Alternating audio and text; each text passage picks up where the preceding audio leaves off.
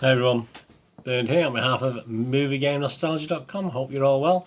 Having a look at a little film called Like a Boss today. Please, if you're new to this channel, please push the old subscribe button there in the corner, push the bell notifications, make sure your notifications are set to public so you get to hear about these little movie review vlogs, TV drama review vlogs, information vlogs, etc. when they're coming out. Yeah, Like a Boss, 15 rated, a comedy. Not a great lot of love out there, but let's have a look what I think and the reasons perhaps why it's not very well liked. This is out to buy on the 29th of June 2020, and currently we just have a DVD price of £9.99. That's pounds, that's UK pounds. I'm sure it'll be equivalent in US dollars. 80 minutes. It stars Tiffany Haddish, Rose Byrne and Salma Hayek. I mean, I'm quite familiar with Salma Hayek. I'm not really overly familiar with the other two. I think comedy-wise, they're not two ladies I've seen much of, or I don't watch a lot of comedies these days, although I tend to sort of see these comedies and rush by them very quickly. But I don't know what caught my eye about this one. I just fancied watching it.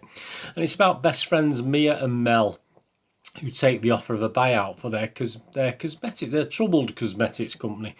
But obviously Salma Hayek plays this sort of big boss of the new firm taking them over, so she has plans obviously for these two young ladies' firm, and obviously can their friendship, this friendship from childhood, last with all the pressure and strain of this new business venture. Any good? Well, I mean, it grossed $30 million, so it sort of more or less got its money back, plus a little bit extra, although I don't know what was spent on expenses, so it doesn't sound very much box office, 30 million, but again, it suffered because it was released at the time of this COVID thing, etc.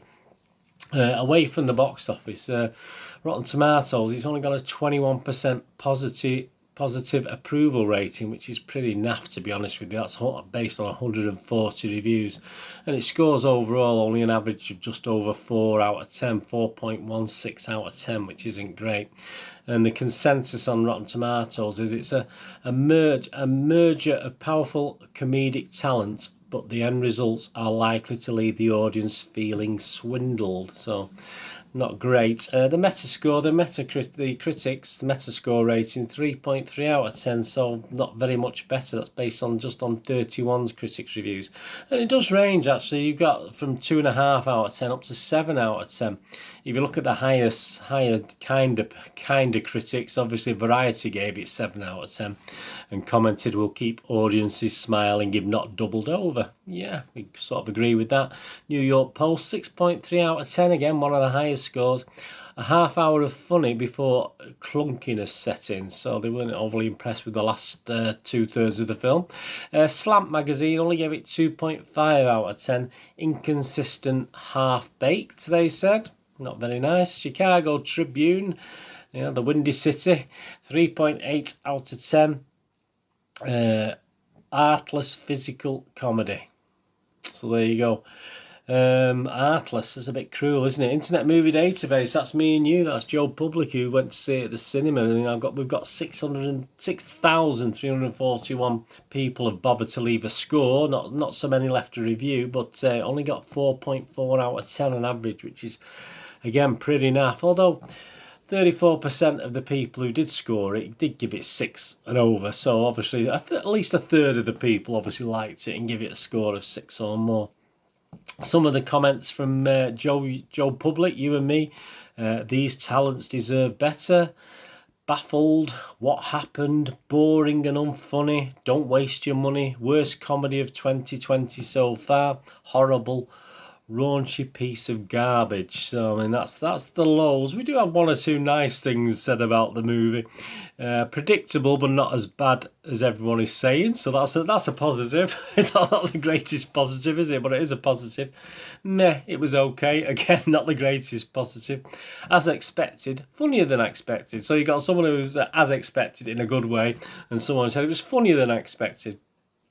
And the last little comment: I don't get the hate for this movie. Yeah, and I mean, I'm going to MovieGameNostalgia.com, my little look at it. Yeah, I'm of the same ilk. As I said, I don't watch a lot of these sort of comedies because they're all much the samey to me. There's a couple I've watched on Netflix recently I've not even done a review on because they're just the same that you sort of seen. But this sort of appealed to me. I thought this was quite funny, and I agree with that review before. Certainly the first half hour was probably a little bit better than the rest of it. It did sort of tail off a little bit, but I sort of quite liked it. I thought the chemistry between the two main leads, obviously Tiffany Haddish and Rose Byrne, was excellent. I don't really probably work together again. Again, I'm lacking my lack of knowledge on these US comedians. Are they called comedians, or just call them all comedians now, don't we? I'm not too sure if they do work together generally, but certainly for the film it really did work. I mean, Salma Hayek's a bit of a struggle for Salma Hayek, to be honest. It's a strange role. She don't quite pull it off, but she doesn't do too bad a job with it. The sort of banter between the characters is very, very good. That's what we call it in the UK. Do you call it that in America? I don't know. The banter between them, the one-liners, the sort of little off-the-cuff stuff that's not off-the-cuff because it's scripted, but certainly works in the film. You get in a sort of friendship, you know what I mean? Obviously, it's sort of tested under this as well. So there's a lot of it that you can sort of relate to. Yeah, it was silly at times. It's very formulaic. And obviously, the actual some very crude lines as well, very female. Obviously, I'm comfortable enough with the females sort of delivering these sort of crudish lines, but it is unusual. Say I'm a 61-year-old sort of working class British guy, but I appreciate it, and it's all in good fun. I quite enjoyed it. It did make me smile, some of the sort of crudeness as well. It was very near the bone, but I did enjoy it. What I liked about this was it just wasn't, even though it was obviously it was very formulaic. When you did sort of know what was going to happen, obviously throughout the film, but there's one or two characters that didn't sort of grow on me, but obviously the main ones did, and that's all that mattered really. And even though it was formulaic, and there's lots of little comedies out there very similar to this, I just thought I enjoyed this. I enjoyed the, perhaps more than things like The Hangover and the Bridesmaids. I mean, stuff like that, which I thought were okay, but I thought this was pretty good actually. It did make me smile. And as I said, the first 45 minutes perhaps better than the last 45 minutes. Say it's 80 minutes, so it's not too over the top, is it? If it'd been 110 minutes or something like that, I would have struggled. But 80 minutes, 1 hour 20 minutes, not 5 or 10 minutes off for the credits. You're talking an hour and 10 minutes, aren't you? So just probably long enough to actually cope. And yeah, I did like it. I like a Boss. Let me know what you think of Like a Boss. What's my rating? Well, I'm going to give it a little bit better. I'm certainly going to give it way more than Metascore, the Internet Movie Database, and Rotten Tomatoes. They're all been very, very mean to it. I'm going to give it a 6.5 out of 10, which is better than a watchable rating. And as I say, I quite enjoyed it. I'd probably watch it again. If I found someone who fancied watching it, I would probably watch this again as well and get a little bit more out of it this time from the characters. But I thought the chemistry worked. The comedy was very formulaic, but entertaining. It entertained me and made me smile on a day. I'll be honest with you, on a day personally, I wasn't really in the mood for smiling today for whatever reason, but at the end of the day, watching that film sort of certainly cheered me up a little bit. So Like a Boss, out to buy on the 29th of June 2020. Please have a look. It's worth a look anyway. And as I say, certainly as a streaming title and certainly as a TV title, it's certainly worth a watch. If perhaps not one you would have gone to the cinema to enjoy, which once the cinema starts going again, I make those recommendations anyway, whether it's worth a visit or wait for it to come out on DVD.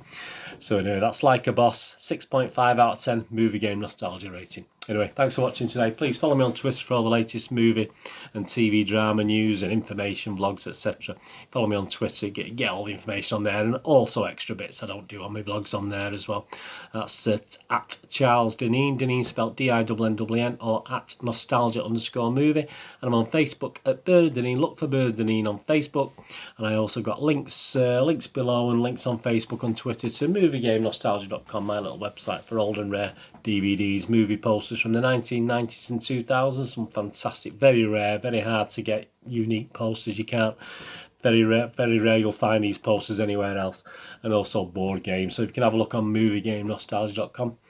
Thumbs up to you, much appreciated. Please leave me a thumbs up in below. Just takes you a split second. It's nice to get views, but it's nice to get thumbs up as well. I get quite a good percentage usually of thumbs up to views, which is nice to see. So thank you very much if you can do that for me. Anyway, hopefully you'll join me again very, very soon for something very similar. Whatever you're going to do with the rest of the day, have a great day. And please look after yourselves, look after your friends, look after your families. And more importantly, let's all look after each other. And I'll see you all again very soon. Thanks for watching. Bye-bye.